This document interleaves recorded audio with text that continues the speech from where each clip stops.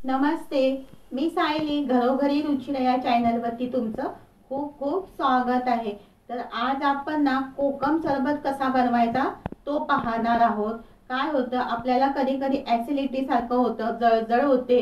तर काय करायचं, कधी कधी कधी असं दुपारच्या वेळेला ना हे कोकम सरबत पिलं ना तर खूप छान वाटतं. चला तर मग आता आपण सुरुवात करूया. इथे ना मी ही कोकम ना 1 तास पाण्यामध्ये घालून ठेवली होती.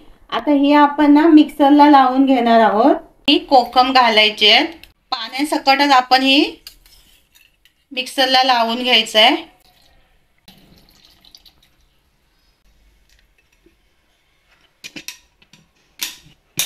गॅसवरती एक मी भांड ठेवलंय गरम करत. मी ना हे कोकम मिक्सरला लावून घेतलंय, पाहू शकता तुम्ही. हे बघ,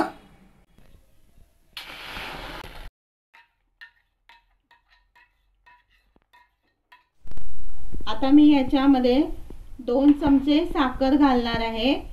जर तुम्हाला बच्चीसाठी आगळ बनवायचं असेल ना तर याच्यामध्ये साखर घालायची नाही, बाकी सर्व आपण घालायचं आहे. त्यानंतर मी इथे घालणार आहे थोडंसं मीठ, थोडीसं जिरा पावडर. हे ना असं 8 ते 10 मिनिटं चांगलं हलवत राहायचं. आता ही आपली 10 मिनिटं झालेली आहेत गरम करून. तर आता मी हे गॅस बंद करणार आहे.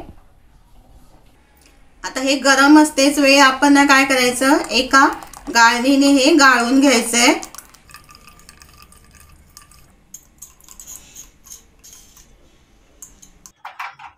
आता मी तुम्हाला इथे कोकम सरबत बनवून दाखवते.